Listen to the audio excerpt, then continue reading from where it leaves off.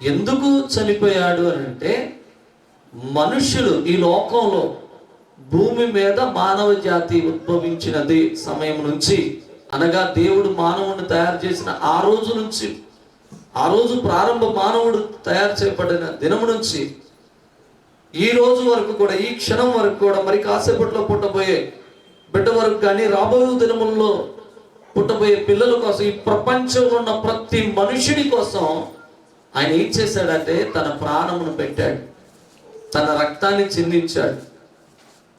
మానవుల పాపము చిందించబడాలంటే రక్తము చిందించటం ఆవశ్యకం. ఆ రక్తం ఎలా ఉండాలంటే పరిశుద్ధమైన రక్తమై, పరమాత్ముని రక్తమై ఉంటుంది అని గ్రంథాలలో రాయబడి ఉన్నది. కాబట్టి దేవుడే, భూమిని ఆకాశాన్ని సృష్టించిన దేవుడే యేసు క్రీస్తుగా ఈ లోకంలోనికి వచ్చి, ఆయన పుట్టుకలో పాపం లేదు, ఆయన కన్యక గర్భమున మరియ గర్భమున పరిశుద్ధాత్మ ద్వారా జన్మించాడు. ఆయన పుట్టుకలో పాపం లేదు. ఆయన 30 సంవత్సరాలు ప్రియ దేవుని బిడ్డలారా తల్లిదండ్రులకు విధేయతగా లోబడి, ఏ పాపము చేయకుండా, ఏ అపవిత్రత ఆయన అంటకుండా ఆయన పరిశుద్ధంగా బ్రతికాడు. తర్వాతకి 30వ సంవత్సరంలో పరిచర్య ప్రారంభించాడు. 30వ సంవత్సరంలో పరిచర్య ప్రారంభించి 33.5 సంవత్సరాల వయసు ఆయనలో ఏ పాపము లేదని ఆయన సెలవుకు అప్పగించే పిలాతు అనే మహారాజే, ఆనాడు ఆ ప్రాంతాన్ని పరిపాలించిన ఆ రాజు పిలాతు ఏమన్నాడో తెలుసా? ఈయనలో ఏ పాపము లేదు. అయితే ఆయన ఏమంటాడో తెలుసా? యేసు ప్రభుని, నువ్వు ఒక్క మాట చెప్పు, నువ్వు ఒక్క మాట చెప్తే నేను నిన్ను తప్పిస్తానయ్యా అని అంటాడు. అయినా కానీ ప్రభు ఆ విషయంలో తల వంచలేదు. హల్లెలూయా. ఎందుకు అనంటే, ఎందుకు ఆయన సెలవులో ఆ రీతిగా చనిపోవాలి అనంటే, ప్రియ దేవుని బిడ్డలారా, ఆయన సెలవుకేసిన విధానాన్ని చూస్తే, ఆయనను అప్పగించబడిన తర్వాత ఆయనకు తీర్పు తీర్చడానికి ప్రధాన యాజకుని దగ్గరికి, అదే రీతిగా పొంతు పిలాతు దగ్గరికి కూడా తీసుకొని వెళ్ళారు. ఇద్దరి దగ్గరికి వెళ్ళినా కానీ ఆయనలో మరణానికి సంబంధించి ఫలానా పాపం ఉన్నది అనేదైతే ఏమీ లేదు. అయినా సరే ఆయనలో ఏ పాపము లేకపోయినా, ఏ తప్పిదము ఆయనలో లేకపోయినా, ఆయన చనిపోవలసి ఉన్నది గనుకనే యేసయ్య ఏమంటాడంటే, నా ప్రాణాన్ని ఎవరు తీయలేరు, నాకు నేనే నా ఇష్టపూర్తిగా నా బిడ్డల కొరకు. ఎవరు ఆయన బిడ్డలు? ఈ లోకంలో ఉన్న ప్రతి మనుషుడు ఆయన బిడ్డే. ప్రతి మనుషుని కోసం, నా ప్రజల కోసం, వారు చేసిన పాపముల నిమిత్తమై వారు పొందవలసిన శిక్షను నా మీద వేసుకుంటున్నాను. ఇది నా ఇష్టపూర్తిగా చేస్తున్నాను అని ఆయన వారి ముందర సమాధానం చెప్పాడు. ప్రియ దేవుని బిడ్డలారా, యేసు ప్రభు శిక్షించబడిన విధానం చూస్తే, ఆయన నుండి కొరడాలతో విపరీతమైన భయంకరమైన ఘోరమైన కొరడాలు, అవి గాలపు ముళ్ళు ఉన్నాయి. వాటికి ఒక్క కొరడా దెబ్బ పడ్డప్పుడు ఆ యొక్క గాలానికి ఆయన మాంసము, ప్రియమైన దేవుని బిడ్డలారా, శరీరానికి ఉన్న మాంసము ఊడి వాటితో పాటు ఆ గాలపు ముళ్ళతో ఆ చర్మము అతుక్కొని వచ్చేసేది. ప్రియమైన దేవుని బిడ్డలారా, ఇంచుమించుగా 5,400 పైచిలకు కొరడా దెబ్బలు తగిలాయంట యేసయ్యకి, గాయాలు. ఇంచుమించుగా ఆయన పొందిన గాయాలు. ప్రియమైన దేవుని బిడ్డలారా, ఆయన చేతులకు మేకులు కొట్టారు, ఆయన చేతులకి, ఆయన కాళ్ళకు. ఆయన చనిపోయిన విధానం చూస్తే, ఆయన హింసించబడిన విధానం చూస్తే, ఈ భూప్రపంచంలో ఏ మనుష్యుడు, ఏ వ్యక్తి పొందని భయంకరమైన శిక్షను యేసయ్య అనుభవించాడు. అంతకు ముందు కానీ ఆ తర్వాత కానీ ఎవరు కూడా ఆ శిక్షను అనుభవించలేదు. ఆ శిక్షను అనుభవించినది కేవలం యేసయ్య మాత్రమే. స్తోత్రం చెబుదాం హల్లెలూయా. ఆ శిక్షను అనుభవించింది యేసయ్య మాత్రమే. ప్రియమైన దేవుని బిడ్డలారా, మీరు జాగ్రత్తగా గమనిస్తే యేసయ్య సెలవు వేసిన ఆ సమయాన్ని గుర్తు చేసుకుంటే, ప్రియమైన దేవుని బిడ్డలారా, ఆయన తలపైన ముళ్ళ కిరీటం పెట్టారు, ఆయన కాళ్ళు చేతుల్లో మేకులు కొట్టారు, ఆయన ప్రక్కలో బల్లెపు పొట్టు పొడిచారు. ఆయన బాధను, వేదనను, ఇవన్నిటినీ మనము ఈరోజు గుర్తు చేసుకుంటున్న మాట నిజమే. కానీ ఈరోజు వాక్యం వింటున్న నిన్ను నన్ను కూడా ఆయన సెలవులు ఆయన గుర్తు చేసుకున్నాడు. అది గొప్ప విషయం. హల్లెలూయా. ఈరోజు ఈ ప్రపంచ వ్యాప్తంగా అనేక చోట్ల దేవుని మాటలు వింటున్న ప్రతి బిడ్డను కూడా ఆనాడు ఆయన సెలవులో గుర్తు చేసుకున్నాడు. స్తోత్రం హల్లెలూయా. నా దేవుని బిడ్డ, యేసయ్య ఏ పాపము చేయకపోయినా, ఏ దోషము చేయకపోయినా, ఈ మనము మానవులో అనబడుతున్న మన శిక్షను, మనము చేసిన పొరపాట్ల నిమిత్తమే ఆయన శిక్షను అనుభవించాడు. స్తోత్రం హల్లెలూయా. తలలో తలంపుల ద్వారా కానీ, ప్రియమైన దేవుని బిడ్డలారా, చూపుల ద్వారాను, వినికిడి ద్వారాను, మాటల ద్వారాను, ఎలాగో అలాగా మనం ఏదైనా పాపం చేస్తే ఆయన తలలో ముళ్ళ కిరీటము, ఆ బాధను అనుభవించిన. హల్లెలూయా. ప్రియమైన దేవుని బిడ్డలారా, మనం పాపం చేయడానికి పరిగెత్తామేమో, పాదములలో ఆయనకు మేకులు గుర్చబడ్డాయి. మనము చేతుల ద్వారా మనం పాపము చేయడానికి చేతులను ఉపయోగించామేమో, ఈ చేతులు సెలవుకు కొట్టబడ్డాయి. ఈ మధ్య చాలా మంది అంటున్నారు, 3 మేకులు పీక్కోలేనాడు, 3 మేకులు సెలవుకున్న 3 మేకులు తీసుకోలేనాడు ప్రజలను రక్షిస్తాడా అని మాట్లాడుతున్నారు. ఈ మేకులు ఎందుకు కొట్టబడ్డాయంటే, కాళ్ళు చేతులలో మేకులు కొట్టబడటానికి ప్రధానమైన కారణం ఏంటంటే, మనుష్యుడు పాపము చేయటానికి పరిగెత్తాడు అన్నాడు. ఈరోజు కూడా మనుషులు పాపము చేయటానికి పరుగులెడుతున్నారు. ఆ పరుగులెత్తిన ఆ పాదాలు పాపానికి సాధనాలుగా తయారయ్యాయని కనుక దేవుడు ఏం చేశాడో తెలుసా? మనము ఈ పాదముల నిమిత్తమై పరిగెత్తిన ఈ పాపములు కొట్టబడాలంటే ఆయన ఏం చేశాడో తెలుసా? తను ఆ మేకుల చేత సెలవుకు కొట్టబడ్డారు. అందుకనే చేతుల్లో ఎందుకు కొట్టబడ్డాయి? చేతులు మనం పాపం చేయడానికి చేతులను ఎంతగా ఉపయోగించాం. మనం చేతుల ద్వారా జరిగిన పాపం మేకులతో కొట్టబడ్డాయి. తలంపుల ద్వారా, హృదయంలో తలంపుల ద్వారా వచ్చిన పాపం, ప్రియమైన దేవుని బిడ్డలారా, పక్కలో బల్లెపు పోటుగా మన హృదయంలో మనం తలంచిన పాపములు ఏం చేశాడంటే దేవుడు ఆ బల్లెపు పోటు అనుభవించాడు. ఈరోజు మనుష్యుడు తన శరీరంలో ఉన్న ప్రతి అవయవాన్ని ఏదో ఒక రీతిగా ఎలాగో అలాగా పాపానికి ఉపయోగిస్తూనే ఉన్నాడు. కాబట్టి ఆయన ఏం చేశాడో తెలుసా? తన శరీరం అంతా రక్తపు మయం. ప్రియమైన దేవుని బిడ్డల, కొరడాలతో కొట్టబడ్డాడు, ఆయన గాయపరచబడ్డాడు, ఉమ్మి వేయబడ్డాడు. నీకు నాకు వచ్చే అవమానాలను, నిందలను, మనం తీసుకొచ్చిన అవమానాలు, మనం భరించే అవమానాలను ఆయన భరించుట కొరకే ఆయన ఆ ఉమ్మిని ఆయన భరించాడు తెలుసా? ఆ పిడిగుద్దులను ఆయన భరించాడు, ఆ తన్నటాన్ని ఆయన భరించాడు. ఇదంతా కూడా నువ్వు అవునన్నా కాదన్నా, నువ్వు నమ్మినా నమ్మకపోయినా, ఈ భూమి మీద మానవునిగా పుట్టిన ప్రతి మనుష్యుని కోసం యేసయ్య చనిపోయాడు. అదే ఈ గుడ్ ఫ్రైడే. హల్లెలూయా.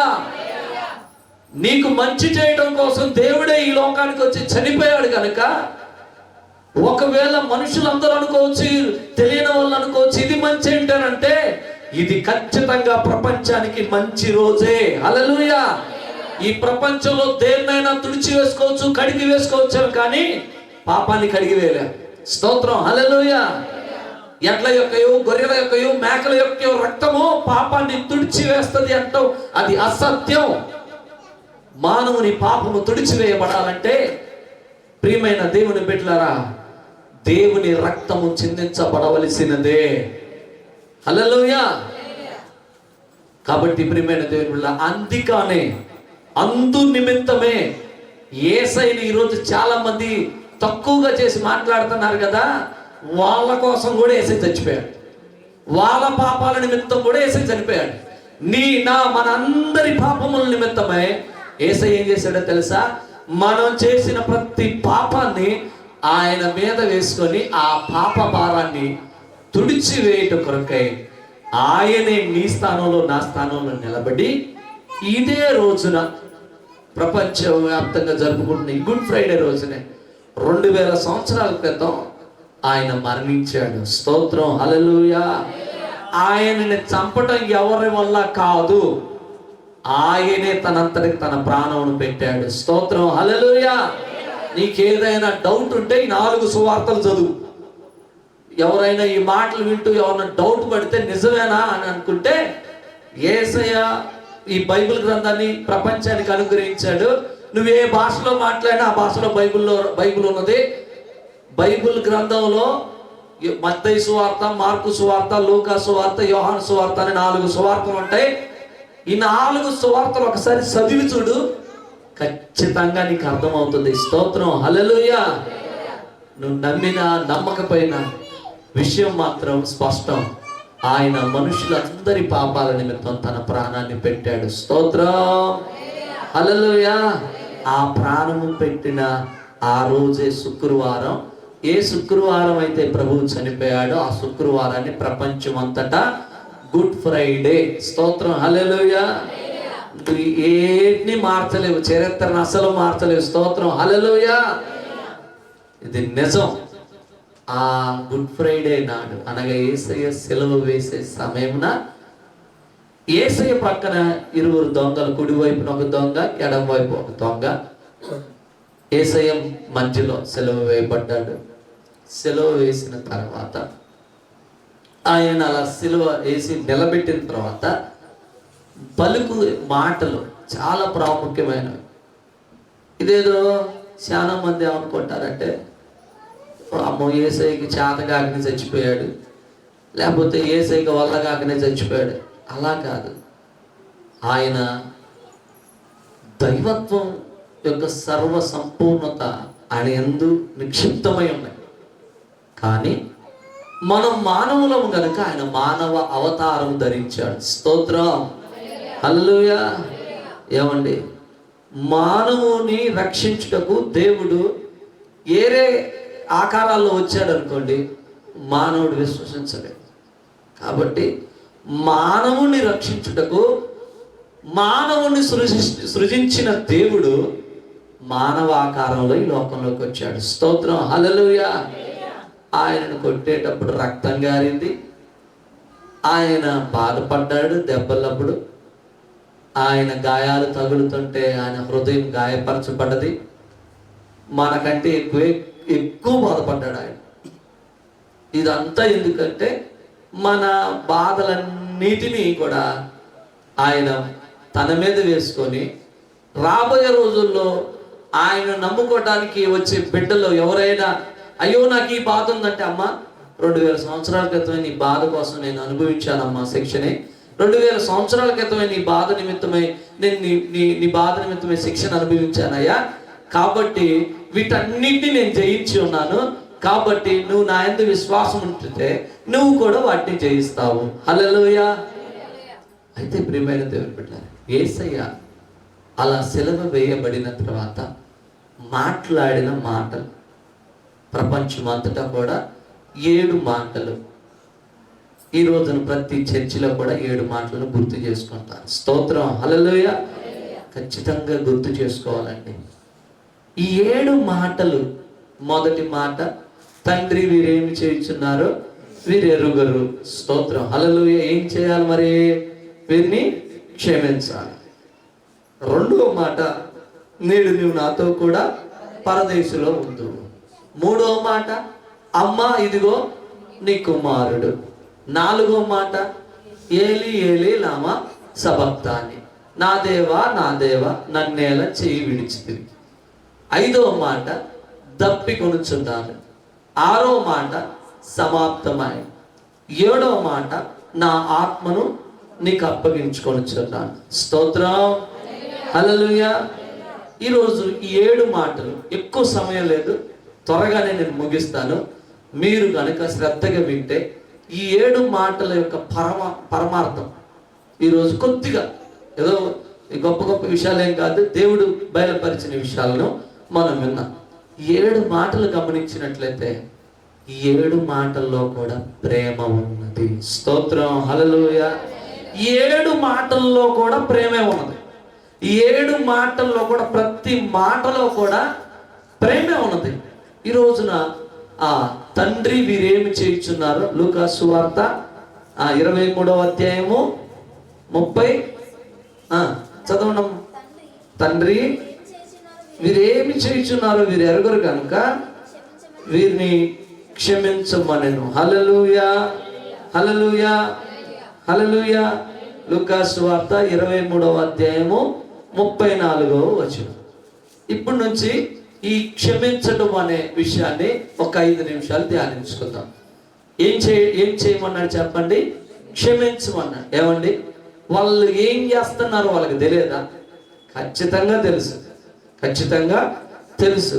వాళ్ళకి తెలియని విషయం ఏంటంటే యేసయ్య దేవుని కుమారుడు అనే విషయాన్ని నమ్మట్లేదు, అంతే. స్తోత్రం, హల్లెలూయా. మిగతా విషయాలన్నిట్లో ఒక వ్యక్తిని మనం చంపుతున్నాం ఈ రోజున.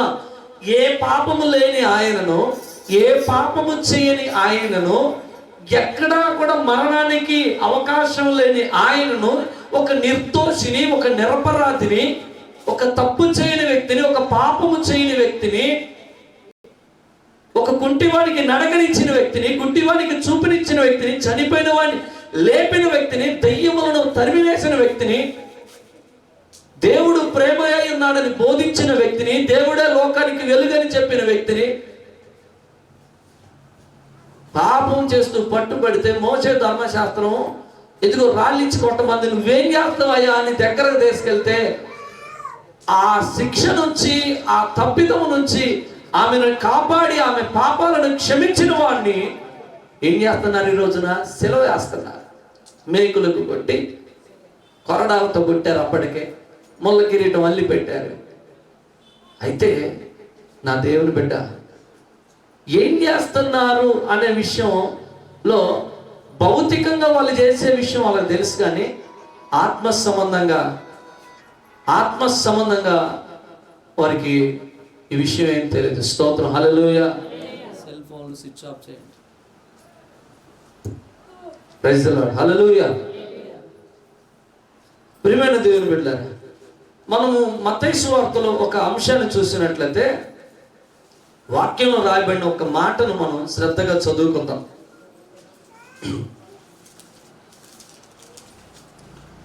18వ అధ్యాయం మత్తయి సువార్త 35వ వచనం. మీలో ప్రతి వాడును తన సహోదరుని హృదయపూర్వకముగా క్షమింపని ఎడల నా పరలోకపు తండ్రియు ఆ ప్రకారమే మీ ఎడల చేయును. స్తోత్రం చెల్లిద్దాం, హల్లెలూయా. జాగ్రత్తగా వినాలి. మరొక మారు స్తోత్రం చెల్లిద్దాం, హల్లెలూయా. యేసయ్య తన శిష్యులతో, అక్కడున్న ప్రజలతో ఒక మాట చెప్తున్నాడు. మీలో ఎవరైనాను హృదయపూర్వకంగా నీ సహోదరుణ్ణి కానీ నీ సహోదరిని కానీ నీ వారిని ఎవరైనా సరే హృదయపూర్వకంగా క్షమించకపోతే మీ పరలోకపు తండ్రి కూడా మిమ్మల్ని క్షమించడు. స్తోత్రం, హల్లెలూయా. ఇప్పుడు ఒకసారి చూద్దాం. నా వైపు తలలు ఎత్తి పైకి చూడాలి, ఇటు చూడాలి. నువ్వెవరైనా క్షమించకుండా ఉన్నావా? నీవు ఎవరైనా, ఈ వాక్యం వింటున్న నీవు మీ అమ్మను, మీ నాన్నను, మీ అత్తను, మీ మామను, నీ కోడలను, నీ కొడుకును, లేకపోతే నీ కూతురును, నీ అల్లుడును, నీ బంధువుల్లో ఎవరినైనా క్షమించకుండా ఉన్నావా? నీ స్నేహితులను ఎవరైనా క్షమించకుండా ఉన్నావా? గుర్తుపెట్టుకో, ప్రభు ఉపమానంతో చెప్పాడు. ఒక వ్యక్తికి మరొక వ్యక్తికి 10,000 తలాంతులు అప్పున్నాడంట. అప్పుండేసరికి అతను ఏదైనా సరే అతన్ని నా దగ్గరకు తీసుకొని రండి, అతన్ని అప్పు చెల్లించట్లేదు కాబట్టి అతని భార్యని, పిల్లలను అందరిని తీసుకొని వచ్చేసేయండి, అనుకున్న సమస్తమును ఈ రోజును మనం స్వాధీనం చేసుకుందాం అనుకున్నాడు. అనుకోని ప్రియమైన దేవుని బిడ్డలారా, మీరు నా మాట శ్రద్ధగా వినండి. పోయి వాళ్ళు తీసుకురమ్మనే సరికి తీసుకొచ్చేసరికి అప్పు ఇవ్వాల్సిన వ్యక్తి ఏం చేశాడో తెలుసా?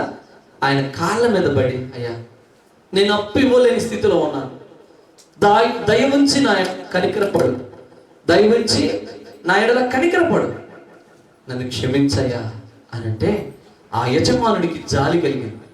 ఏమని చెప్పండి? ఆ యజమానుడికి జాలి కలిగింది. జాలి కలిగి ఏమన్నాడంటే, సరే నేను నీ అప్పునంతటినీ క్షమిస్తున్నాను. స్తోత్రం, హల్లెలూయా.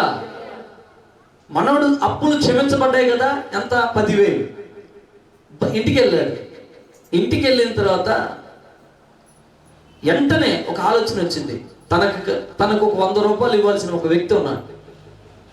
అతని దగ్గరికి పోయాడు. అతని దగ్గరకు పోయి, నువ్వు నాకు 100 ఇస్తావా చస్తావా?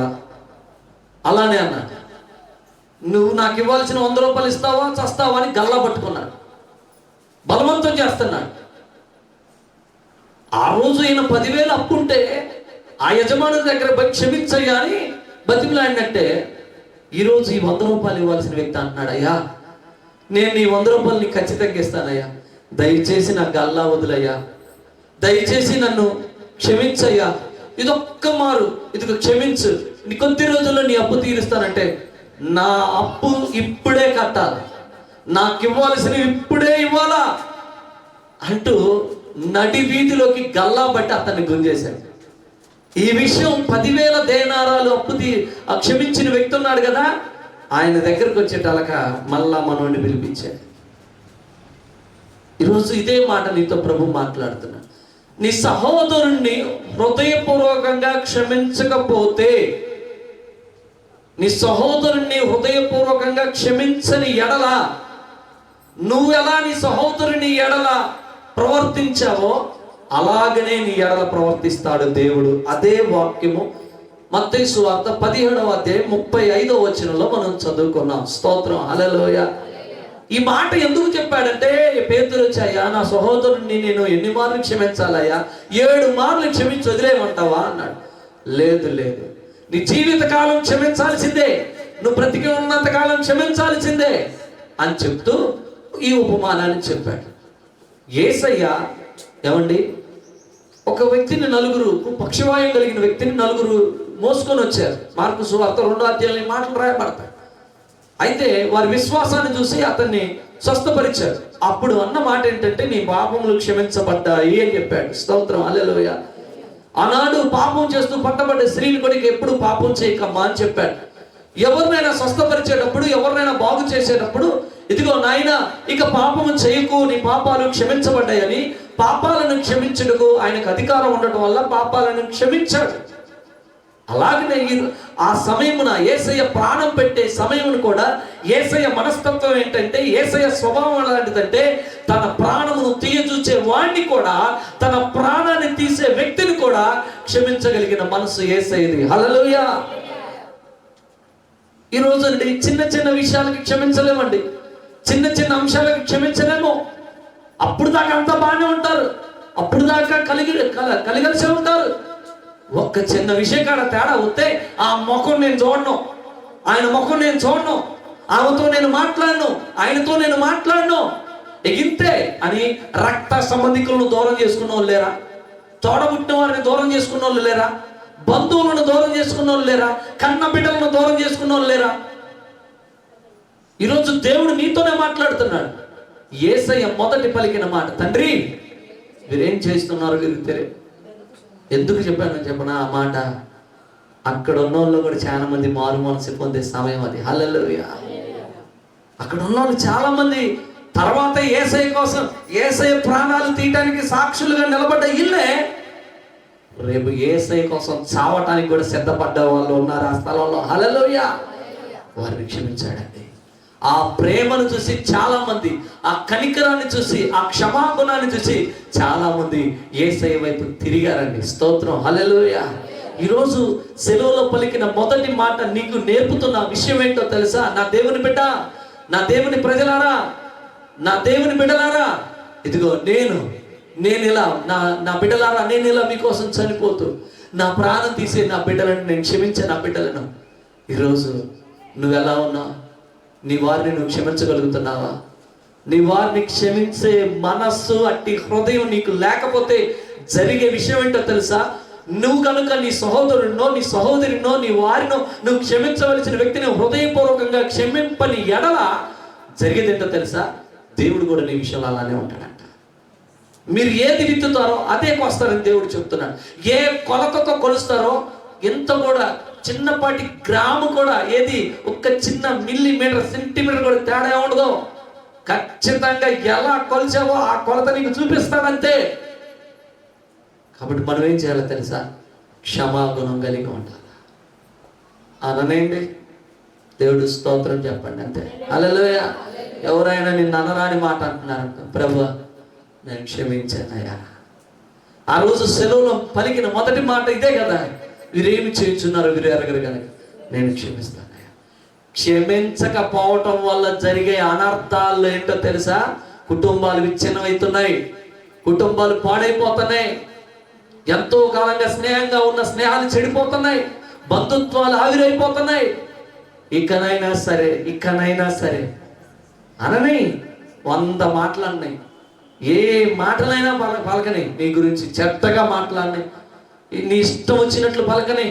నువ్వు చేయాల్సిందేంటో తెలుసా? మనస్ఫూర్తిగా క్షమించద్దు. స్తోత్రం, హల్లెలూయా. నువ్వు ఎప్పుడైతే క్షమిస్తావో ఆయన నిన్ను కూడా క్షమిస్తాడు. స్తోత్రం చెల్లిద్దాం, హల్లెలూయా. ఒకవేళ ఈరోజు ఈ మొదటి మాట నీకు గుర్తు చేస్తుంది, నీ వారెవరైనా నువ్వు క్షమించని వారెవరైనా ఉంటే, నీ హృదయంలో ఈ మాట గుచ్చుకుంటే, ఈరోజే ఎవరినైతే నువ్వు ఆ మాట అన్నావు, ఒక చిన్న ఫోన్ చేసి ఒక్క మాట చెప్పరాదు. జరిగిందేదో జరిగిపోయింది, అది అయ్యిందేదో అయ్యింది. ఒకప్పుడు నువ్వు నాకెంతో మేలు చేసావు, నేను నీకెంతో మేలు చేశాను. మన ఇద్దరి మధ్య ఒక చిన్న సమస్య వచ్చింది, దానివల్ల నీ ముఖం నా ముఖం నువ్వు చూడట్లేదు, నీ ముఖం నేను చూడట్లేదు, కరెక్ట్ అనిపించట్లేదు. ఈ భూమి మీద స్థిరకాలం ఏముండం కదా, స్థిరంగా నిలబడిపోతామా? నిలబడం కదా. ఒక్క మాట మన దేవుడే చెప్పాడు, వాళ్ళని క్షమించాడు. కొడతన్నారండి, దేవుని కుమారుడువా, నిజంగా యూదుల రాజు నువ్వేనా, యూదుల రాజా నీకు శుభం అంటూ ఆయన వెనక నుంచి తన్నారంట, ఆయన మీద ఉమ్మేశారంట, అరిచేతులతో కొట్టారంట, కొరడాలతో కొట్టారంట.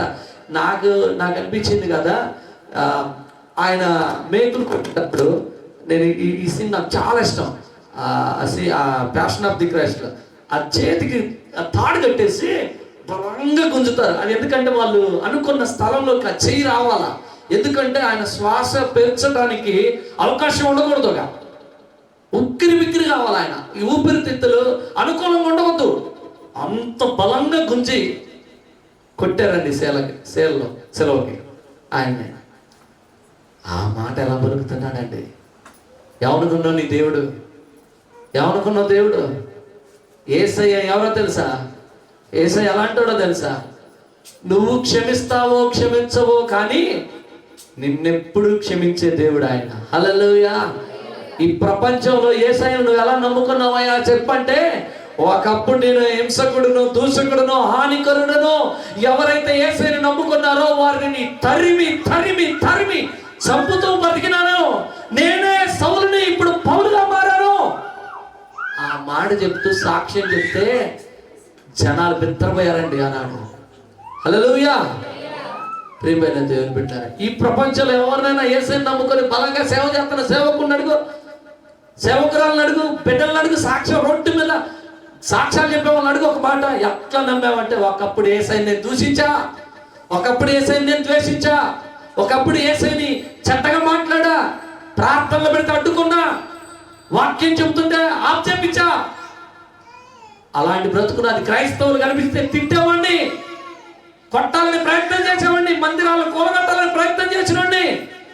అలాంటి వాడిని ఆయన నన్ను, నా దేవుడు నన్ను రక్షించుకున్నాడు, నా కోసం తన ప్రాణం పెట్టి నా పాపాలను క్షమించిన ఆయన్ని ఈరోజు ప్రకటిస్తున్నారని ఎంతమంది సాక్ష్యాలు చెప్పట్లేదండి.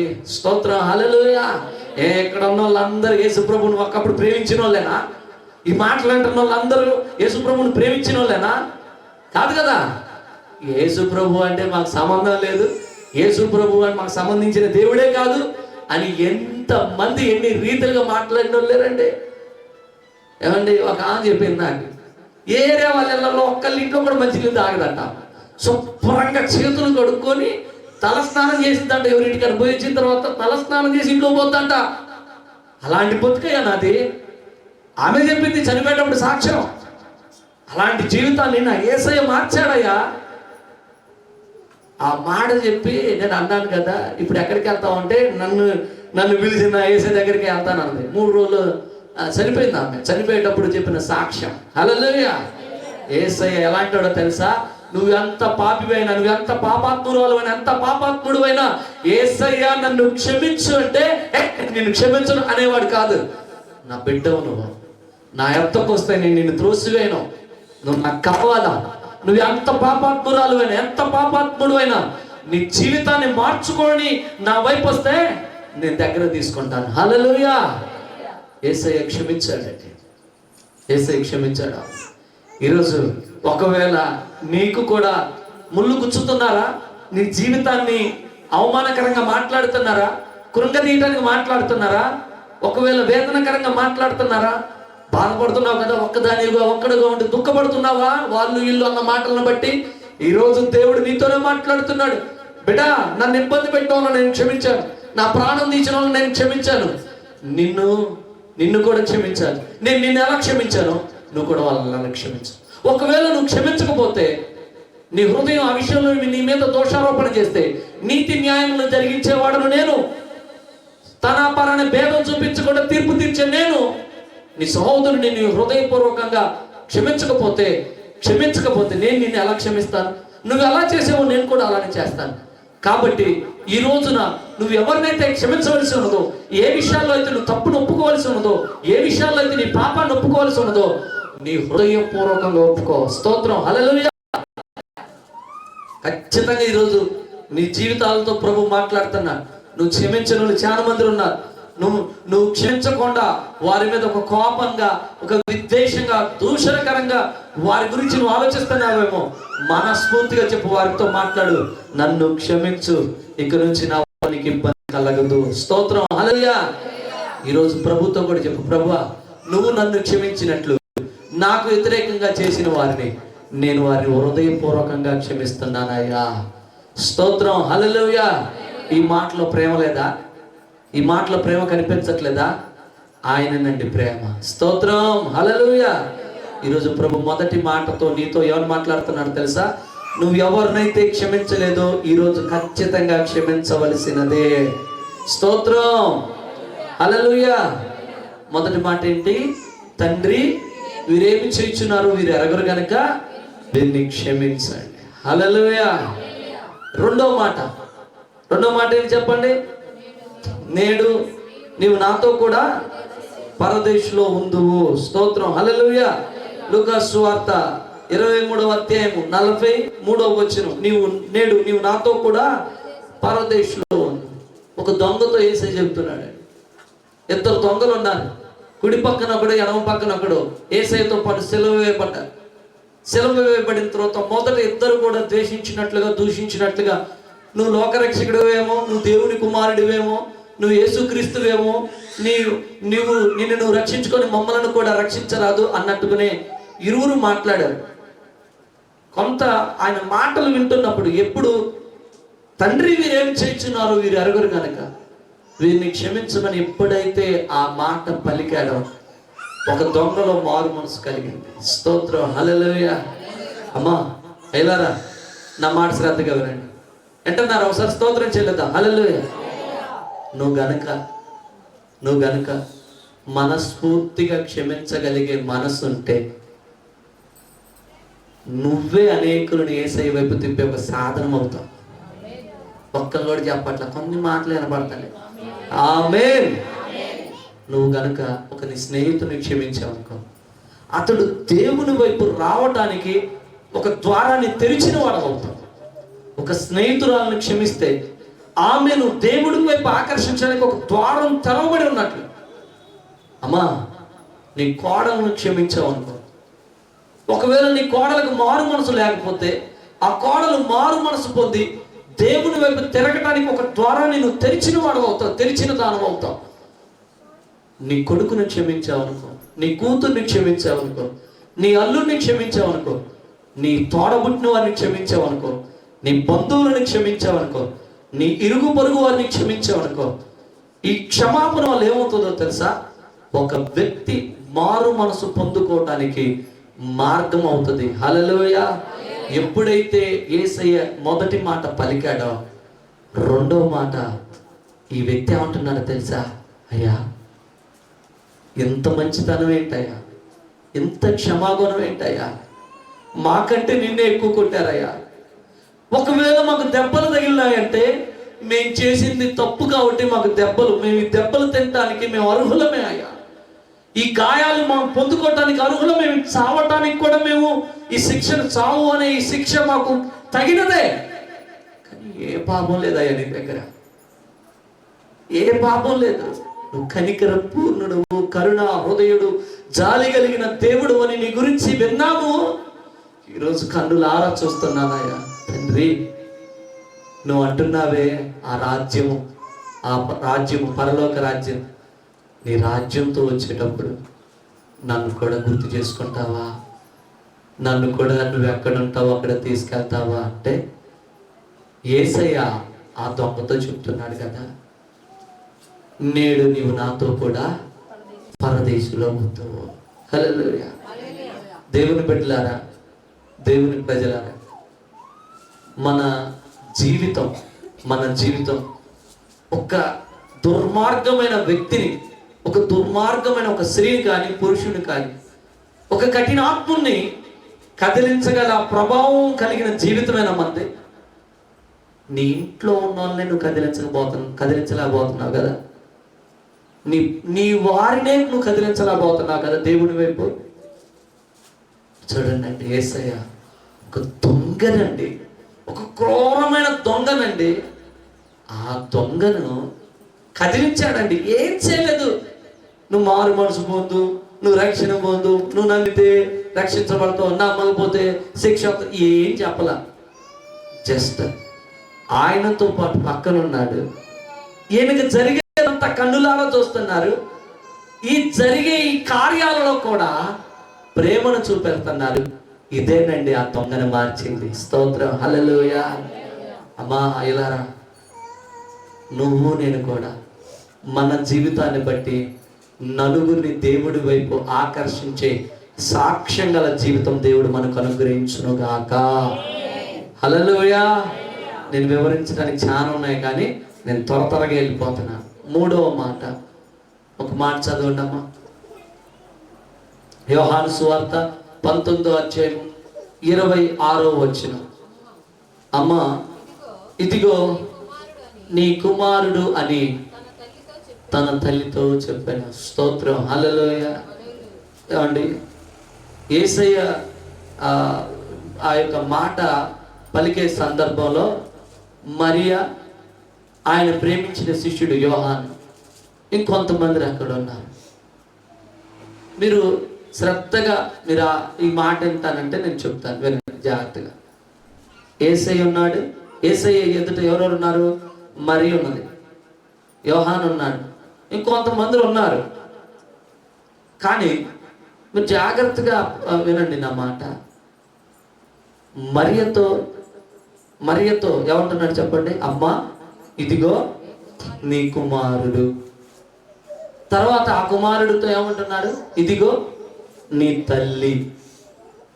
మీరు గమనించండి ప్రియమైన దేవుని బిడ్డ, దేవుడు ఇక్కడ బాధ్యతను చూపెడుతున్నారు. నిజమే, స్తోత్రం, హల్లెలూయా. ఇది బాధ్యత. యేసయ్య మరి కాసేపట్లో ఈ లోకాన్ని విడిచి వెళ్ళిపోతాడు. 3వ రోజున పునరుత్థానుడై తిరిగి లేస్తాడు. తిరగలేదు. మళ్ళా 40 రోజులు ఇంచుమించు 500 మందికి కనిపిస్తాడు, దాంట్లో కూడా తిరగలేదు. తర్వాతకి పరలోకానికి వెళ్ళిపోతాడు. అయితే ఏమండి, ఒక దూతను పెట్టి మా మరియను జాగ్రత్త చూసుకొని ఒక దూతకు చెప్పొచ్చుగా? చెప్పలేడా? యేసయ్యని పట్టుకోవటానికి వస్తే పేతురు కత్తి తీసి ఒక సైనికుడు చెవి నరుకుతాడు. నేను ఒక్క మాట చెప్తే అంటాడు యేసయ్య, ఒక చిన్న ప్రార్థన చేస్తే నా దేవుడు 72,000 మంది దూతలను పంపిస్తాడని చెప్పాడు. అంతే కదా? ఒక్క దూత ఒక్క క్షణం దిగితే, ఆ రాత్రి దిగితే 185,000 మంది, 72,000 మంది దిగితే ఎక్కడదో చూడండి పరిస్థితి. దేశానికి ఒక దూత కూడా అవసరం లేదండి, నేను చెప్తున్నాను కదా. ఒక్క దూతకు 10 దేశాలు అప్పచెప్పవచ్చు. మహా అయితే 250 దేశాలు ఉన్నాయి అనుకో, ముగ్గురు దోతలు నలుగురు దోతలు చాలు అసలు దేవుడి పని గట్టిగా చేయాలి. కానీ దేవదూతలకు లేని భాగ్యం, స్తోత్రం చెప్పండి హల్లెలూయా. దేవదూతలకు లేని భాగ్యము ఏమండి నీకు నాకు అప్పగించాడు బాధ్యత. హల్లెలూయా, అవునా కాదా? దేవదూతలకు లేని భాగ్యం, దూతల ద్వారా ఆయన పరిచర్య చేపిలేడా? కానీ నువ్వు నేను అంటే అంత ఇష్టం ఆయనకి. స్తోత్రం హల్లెలూయా. మనము దేవుని పనిని బాధ్యతగా చేయాలనేది కూడా ఇది ఒక బాధ్యతే. అమ్మను బాధ్యతగా చూసుకోవాలా, నాన్నను బాధ్యతగా చూసుకోవాలా, అత్తమామలను బాధ్యతగా చూసుకోవాలా, బిడ్డలను బాధ్యతగా చూసుకోవాలా. దాంట్లో తిరుగులేదు, ఖచ్చితంగా ఇది చేయాల్సిందే. అయితే ఇక్కడ యేసయ్య యోహానికి, యేసయ్య మరియకు అప్పగిస్తున్న పనిని మీరు శ్రద్ధగా విన్నట్లయితే, ఈ నా చిన్న బిడ్డ నా పేరిట ఈ చిన్నవాణ్ణి చేర్చుకొని గిన్నెడు చన్నీళ్ళు ఇస్తే పాలం కోల్పోరు అన్నాడు తెలుసా మరియా. అమ్మా నువ్వెవరిని చేర్చుకున్నావు తెలుసా? నా కొరకు తన ప్రాణమును సైతం లెక్క చేయని ఇదిగో నా ప్రియ శిష్యుడిని చేర్చుకుంటున్నావు. హల్లెలూయా. ఈరోజు సంగమా, నీ ఇంటికి వచ్చే నీ సేవకుని చేర్చుకోవడం అంటే ఏంటో తెలుసా? నీ దేవుడు నీ కొరకు పంపిన రాయబారి దాసుడు. హల్లెలూయా. ఈరోజు నువ్వు గమనించు, మరియకు ఎవరిని అప్పగిస్తున్నాడు తెలుసా? అపోస్తులలో ఈ 12 మందిలో యేసు ప్రేమించిన శిష్యుడు. హల్లెలూయా. ఈరోజు దేవుడు నీతోనే మాట్లాడుతున్నాడు. నీ బాధ్యత ఉన్నదా మరి నీకు? ఈరోజు బాధ్యత ఉన్నదా? ఏదో తెలుసా? దేవుని పేరిట వచ్చిన వాణిని చేర్చుకునే బాధ్యత, ఆ భారము నీ మీద ఉందా? స్తోత్రం హల్లెలూయా. అమ్మా ఇదిగో నీ కుమారుడు అంటున్నాడు. నాకేమనిపించిందంటే ఇక్కడ వారిద్దరి మధ్య బంధం ఏమనిపించింది తెలుసా? సేవకుడు సంఘం. హల్లెలూయా. నిజమే, తల్లి కుమారుడు బంధం అది కాదనట్లేదు. కానీ ఈరోజు నేను మీకు బోధించే బోధ ఏంటో తెలుసా? ఈరోజు మీకు నేర్పే ఈ మాట ఏంటో తెలుసా? మరియ సంఘానికి సాదృశ్యం, యోహాను దైవ సేవకునికి సాదృశ్యం. హల్లెలూయా. చనిపోయేంత వరకు కూడా యేసయ్యను వెంబడిస్తూ వచ్చాడు యోహాను.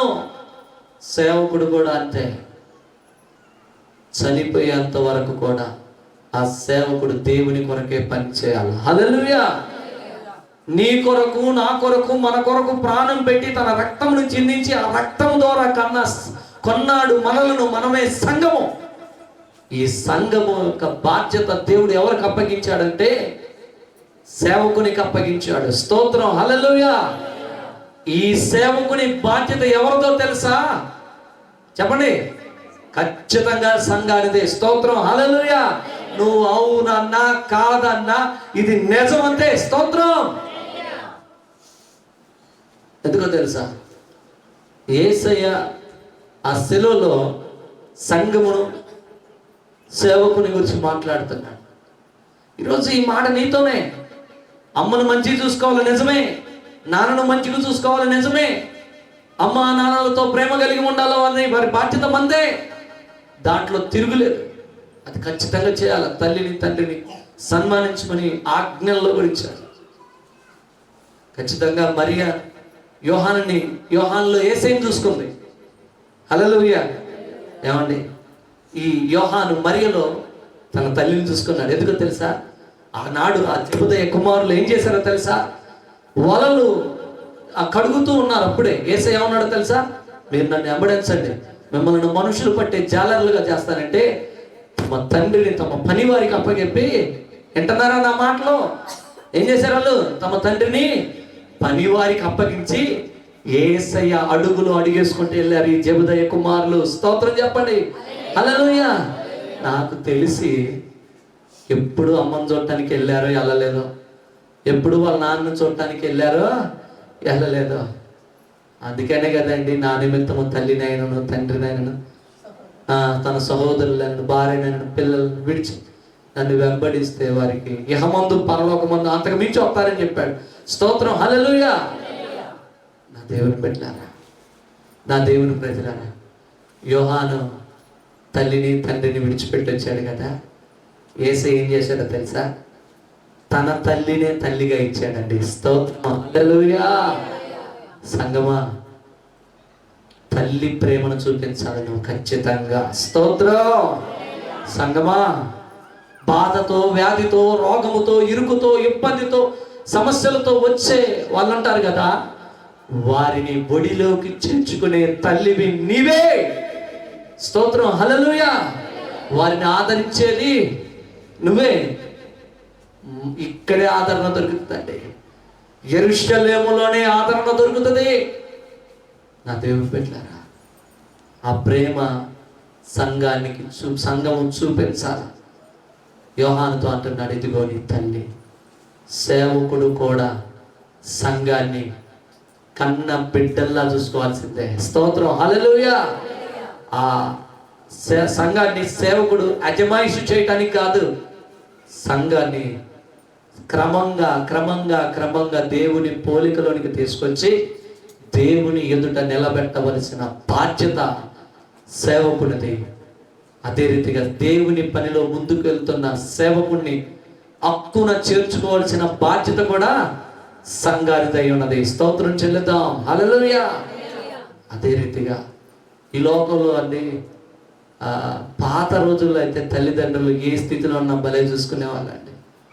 పాతకాలంలో కన్న బిడ్డల ఆ తల్లిదండ్రులు ఆ బిడ్డలను సాకిన తర్వాత వీళ్ళు వృద్ధాప్యంలోకి వచ్చిన తర్వాత వీరిని బిడ్డల్లా చేసుకొని సాకిన కొడుకులు కూతుర్లు ఎంతో మంది ఉన్నారు.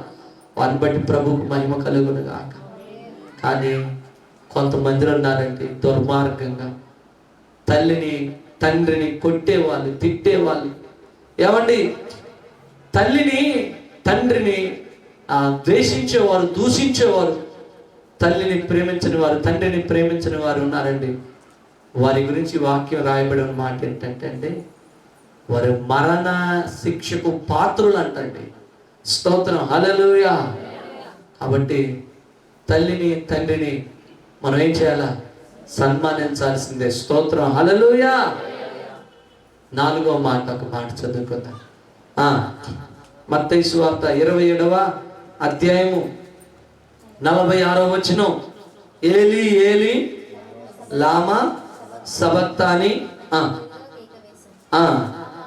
ఆ మాటకు అర్థం, నా దేవా నా దేవా నన్నెందుకు చేయి విడిచితివి. స్తోత్రం, హల్లెలూయా. ఏమండి, యేసయ్య తండ్రితో ఉన్న బంధాన్ని కోల్పోతున్న సమయం అది. ఏమండి, పాపం ఉన్న చోట దేవుడు ఉండలేడండి. పాపం వల్ల వచ్చే జీతము మరణం. ఇప్పుడు మన పాపాలన్నీ కూడా యేసుక్రీస్తు తన మీద వేసుకున్నాడు కదా. ఇప్పుడు యేసయ్య చనిపోతే ఎక్కడికి వెళ్తాడు? ప్రియమైన దేవుని బిడ్డలారా, పాపం ఉన్న స్థలంలోకి వెళ్తాడు.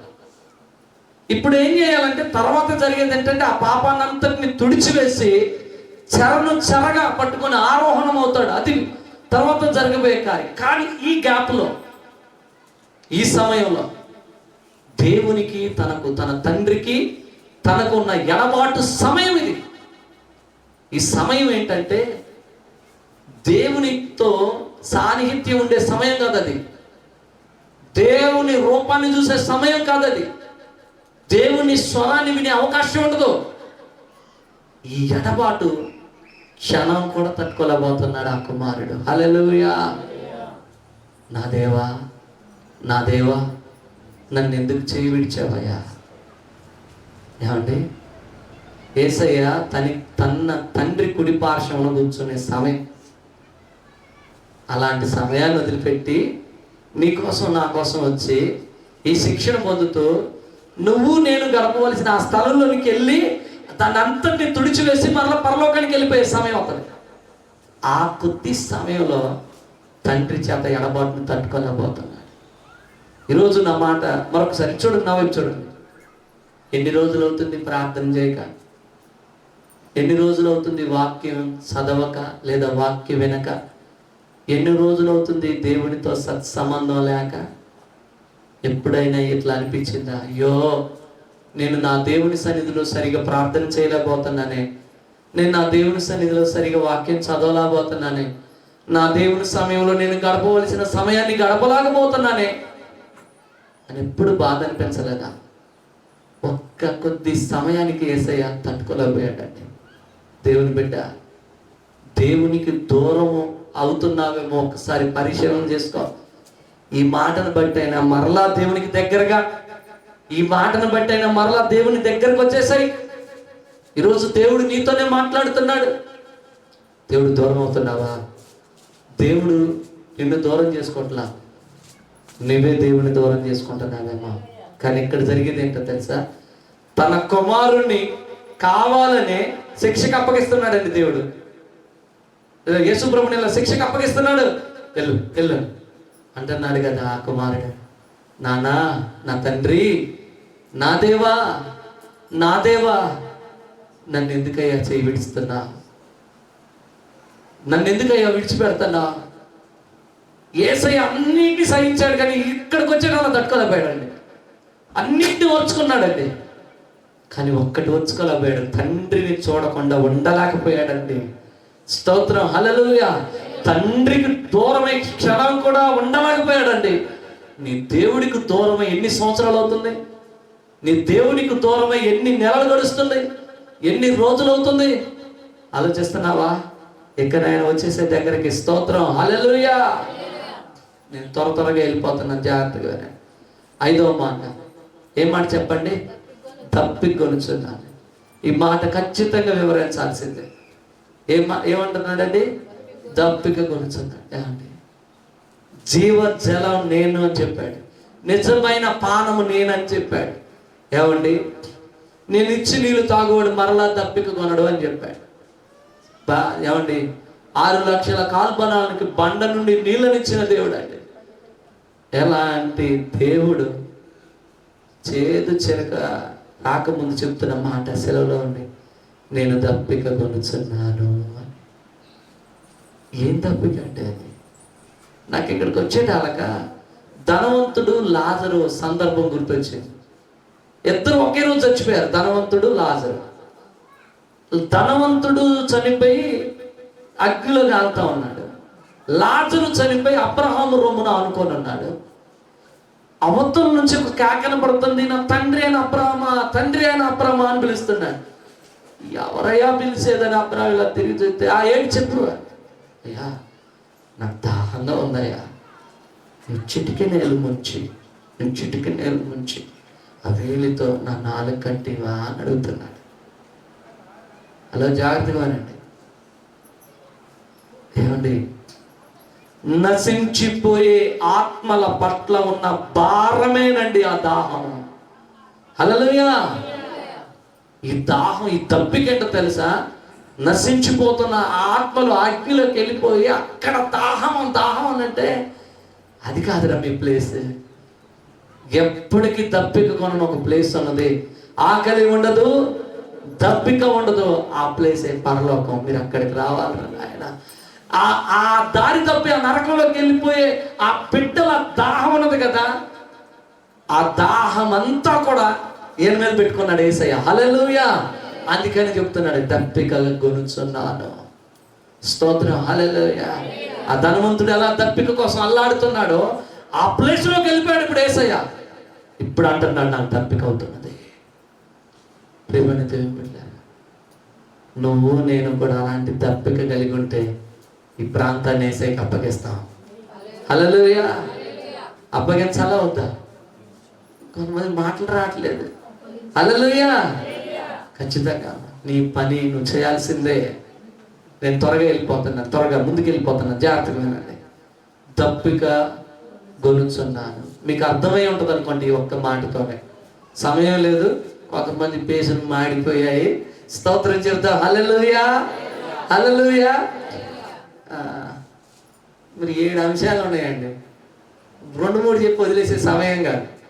6వ మాట చదవండి. ఆ చిరక పుచ్చుకొని సమాప్తమైనదని చెప్పి స్తోత్రం. హల్లెలూయా. నాకు ఇక సమాప్తమైనది అన్న కాడ ఇందాక ఒక మంచి మాట నేను విన్నాను. స్తోత్రం. హల్లెలూయా. అయితే నేనేమనుకుంటున్నా సమాప్తం అనేది ఏంటంటే, మొదటి రాజుల గ్రంథం ఒకసారి చూద్దామా? మొదటి రాజుల గ్రంథం. స్తోత్రం. మొదటి రాజుల గ్రంథం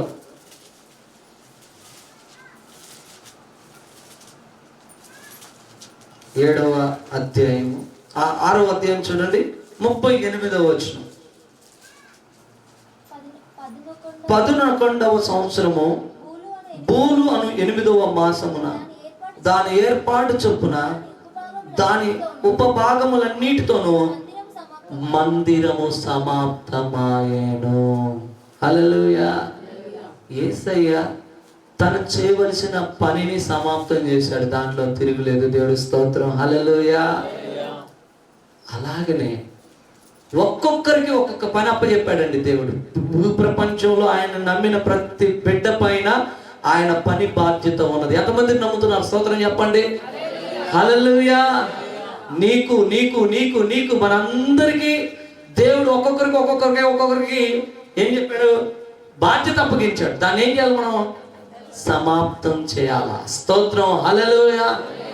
దావీదు ప్రియ కుమారుడు సొలొమోను మందిరం కట్టాలి నాయన, నువ్వే నాకు అని చెప్పాడు దేవుడు. ఎంత కష్టమైన పని తెలుసా అది?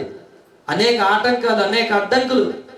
కానీ మందిరాన్ని కట్టాడండి సొలొమోను. దేవుడి కోసం సూపర్గా కట్టాడు. దేవుడు కట్టించుకున్నాడు. దేవుడు స్తోత్రం. హల్లెలూయా. సొలొమోను దేవుడు చెప్పినట్లుగా ఆ మందిరాన్ని దాని ఉపభాగములన్నిటితో, నా మాట అంటున్నారా, దాని ఉపభాగములన్నిటిలో ఏం చేశాడు చెప్పండి? సమాప్తము చేశాడు. స్తోత్రం. హల్లెలూయా. మోషేకు ఒక పని అప్పచెప్పాడు. తను చేయవలసిన పనిని తన వరకు సమాప్తం చేశాడు. పర్వతం ఎక్కాడు, ప్రభు దగ్గరికి వెళ్ళిపోయాడు. తర్వాత యెహోషువకు అప్పచెప్పాడు పని, ఆ పని అతను సమాప్తం చేశాడు. దావీదుకు ఒక పని అప్పచెప్పాడు, దావీదు పని సమాప్తం చేశాడు. నెహెమ్యా మందిర ప్రాకారాలు కట్టే పని అప్పచెప్పాడు, సమాప్తం చేశాడు. తర్వాతకి జెరుబ్బాబెలు, ఇంకొక యెహోషువ, వీరందరూ కలిసి మందిరము, పడిపోయిన మందిరాన్ని సరిచేయడం వాళ్ళ పని అప్పచెప్పాడు. తర్వాతకి అపోస్తలుల మీద ఒక పని భారం పెట్టాడు. అదేంటంటే సువార్త. సంఘం మీద ఒక పని భారం పెట్టాడు. దేవుని పని, పరిచర్య.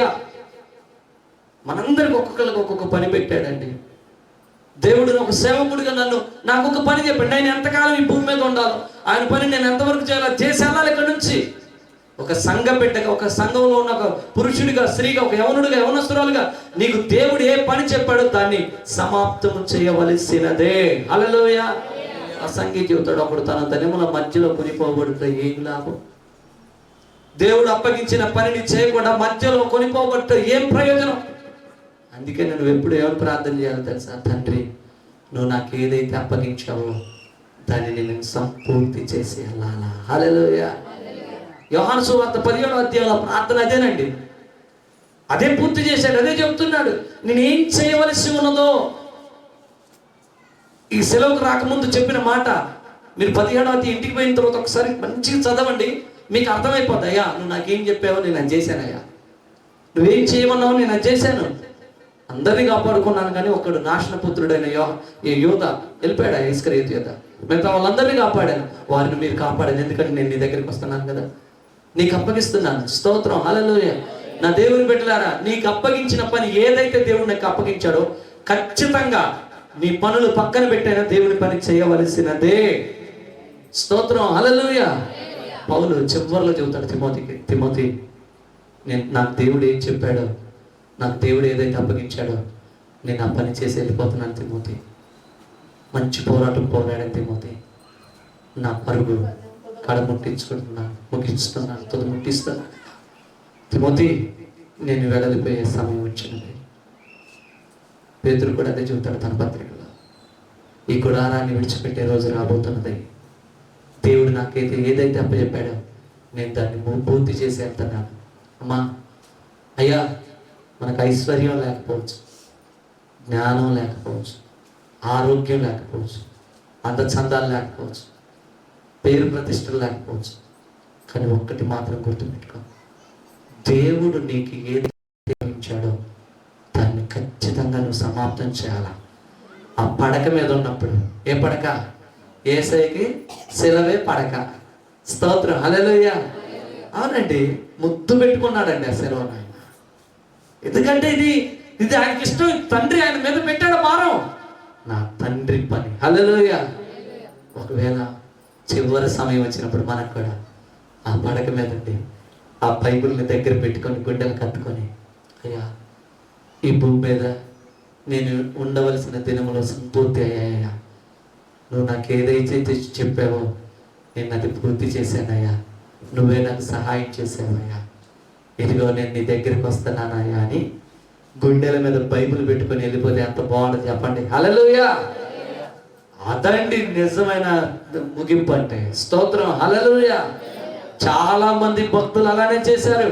మిషనరీల జీవితాలు చదివేటప్పుడు వారి ముగింపులో వారి దగ్గర ఉన్నది ఏంటో తెలుసా? హల్లెలూయా.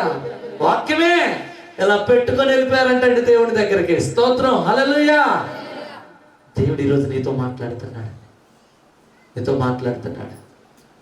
నీకు దేవుడు ఏదైతే అప్పగించాడో దాన్ని సంపూర్తి చేయాల్సిందే. సెలవులో పలికిన 7 మాటలంటే ఏదేదో చెప్పేసి నేను ముగించాలని కోరుకోవట్లేదు. ఇంకా చాలా ఉంది మనకి పని. శక్తికి మించిన పరిచర్య, శక్తికి మించిన పని కొద్దిగా ఉందా చెప్పండి. మొన్ననే కదయ్యా మీటింగ్లు పెట్టిన, సరిపోతేలే, లేదు ఆగే పని లేదు. స్తోత్రం, హల్లెలూయా. ఎంత అవకాశం ఉన్నదో, ఎంత వెళ్ళగలమో వెళ్ళిపోవాల్సింది అంతే. స్తోత్రం, హల్లెలూయా. సాధు సుందర్ సింగ్ గారిని దేవుడు దర్శించే, సాధు సుందర్ సింగ్, అయ్యా చెప్పండి అయ్యా, నేను ఒక ప్రాంతానికి పొమ్మంటే వెళ్తావా?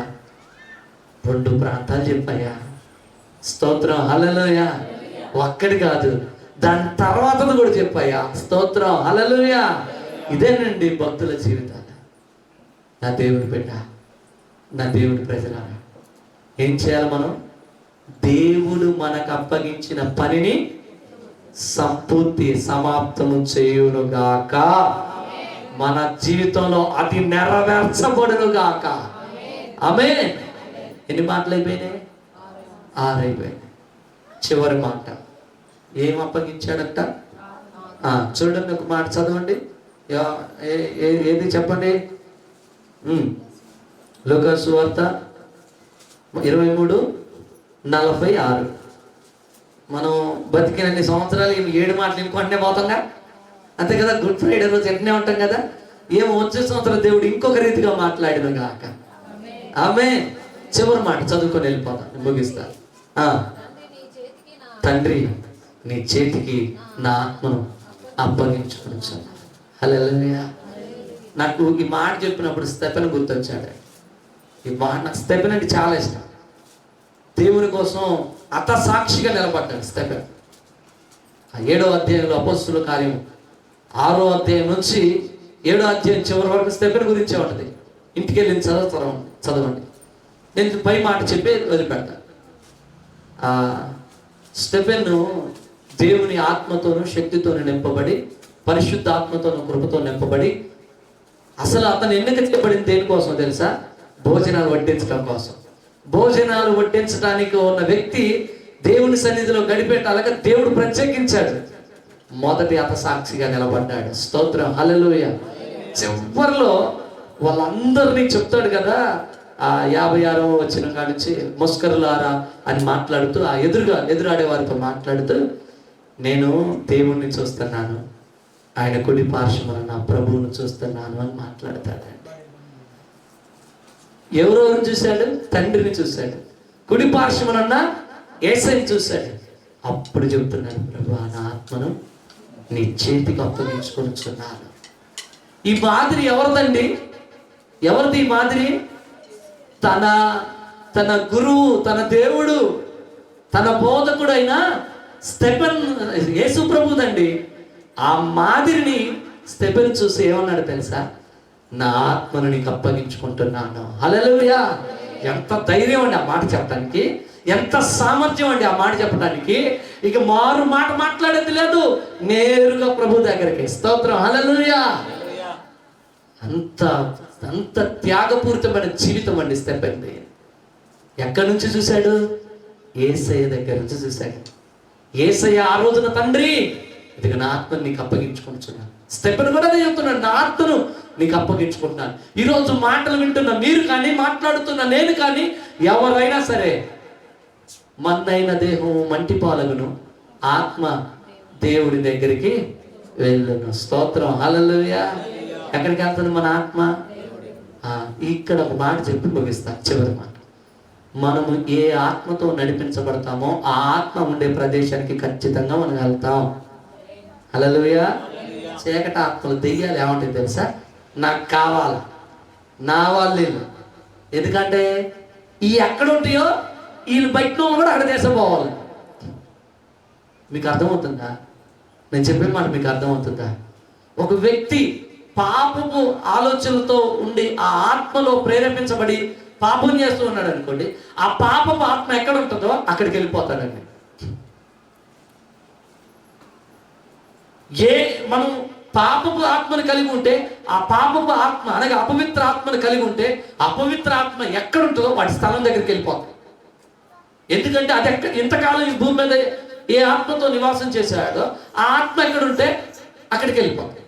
అలాగనే ఒక వ్యక్తి పరిశుద్ధాత్మతో, దేవుని ఆత్మతో అంటు కట్టబడితే, పరిశుద్ధాత్ముడు అనగా దేవుని ఆత్మ ఎక్కడ ఉంటాడో అక్కడికి వెళ్ళిపోతాడు. స్తోత్రం, హల్లెలూయా. స్టెఫెను పరిశుద్ధాత్మతోను కృపతోను నింపబడ్డాడు. యేసయ్య గురించి కూడా రాయబడుతుంది కదా, ఆయన పరిశుద్ధాత్మతో నిండుకొని. స్తోత్రం, హల్లెలూయా. నీ గురించి కూడా ఈరోజు దేవుడు మాట్లాడుతున్నాడు. ఏ ఆత్మతో నింపబడ్డావు? పరిశుద్ధాత్మతో నువ్వు నింపబడితే, దేవుని ఆత్మతో నింపబడితే నువ్వు ముగించేటప్పుడు ఎలా ఉంటావు తెలుసా? సంబరంగా ఉంటావు. స్తోత్రం, హల్లెలూయా. చచ్చిపోయే సమయం వచ్చినా, ప్రాణం మీదకి వచ్చిన ఏమంటావు తెలుసా? నా దేవుని ఆత్మ ఎక్కడ ఉంటారో నేను కూడా అక్కడే ఉంటాను. స్తోత్రం, హల్లెలూయా. అందుకనండి యేసయ్య తన ఆత్మను ఎవరికి అప్పగించాడు? తండ్రికి అప్పగించుకున్నాడు. మన ఆత్మను కూడా మనం ఎవరికి అప్పగించాలా? మన తండ్రికి అప్పగించవలసిన వారమై ఉన్నాం. కాబట్టి ఈ లోకంలో అత్యంత విలువైనది ఏంటో తెలుసా? నీ ఆత్మ. స్తోత్రం, హల్లెలూయా. ఏ వజ్రాలు, ఏ వైడూర్యాలు, ఏ సంపదలు నీ ఆత్మ ఏమంటారు చెప్పనా? ఇంత కూడా ఆత్మకు పోటీ రాలేవండి. ఇస్సు అంతా కూడా పోటీకి రాలేవు. ఎన్ని మాటలు అన్నాను చెప్పండి? ఇప్పుడు 7 మాటలు. 7 అంటే అర్థం ఏంటి చెప్పండి? సంపూర్ణం, సంపూర్తి. నేను కూడా సంపూర్తి చేశాను. హల్లెలూయా. నా దేవుని బిడ్డలారా, ఈ 7 మాటల్లో మన ఆత్మీయత పెరగాలే కానీ ఇదేదో లోకాచారం కావద్దు. హల్లెలూయా. ఏదో గుడ్ ఫ్రైడే వచ్చింది, యేసు ప్రభు చనిపోయాడు కాబట్టి ఎక్కిలబడి ఏడుద్దాము, అలా కాదు. యేసు ప్రభు మన కోసం చనిపోయిన మన మాట వాస్తవమే. మనం చేయాల్సింది ఏంటంటే యేసయ్య బాధ్యత అంతా ఇప్పుడు మనం మోయాలి. హల్లెలూయా. నీవు నేను ఎవరి బాధ్యత తీసుకోవాలి చెప్పండి? ఇప్పుడు యేసయ్య బాధ్యత. పరలోకంలో ఉండి యేసయ్య ఉంటాడు తెలుసా? పలానా గార్లలో పలానా నా బిడ్డ ఉంది, నా బాధ్యత నెరవేర్చింది. పలానా గార్లలో నా కుమారుడు ఉన్నాడు, నా బాధ్యత నెరవేరుస్తాడు. పలానా పిండ్రెడ్డిగూడలో నా కుమారుడు, నా కుమార్తె ఉన్నది, వాళ్ళ మీద నా భారం పెట్టాను, నా బాధ్యత పెట్టాను. నా బిడ్డలు నా బాధ్యత నెరవేరుస్తారు. నీ గురించి సంబరంగా చెప్పాలి పరలోకంలో. హల్లెలూయా. నువ్వు వస్తుంటే పరలోక ద్వారాలు తెరవబడి దేవదూతలు అటు ఇటు నిలబడి స్వాగతం పలకాల. హల్లెలూయా. అలా దేవుడి కోసం పరిచర్య చేయాలి. దేవుడి కొద్ది మాటలు దీవించును గాక. ప్రార్థన చేసుకుందామా? ప్రార్థన చేసుకుందాం.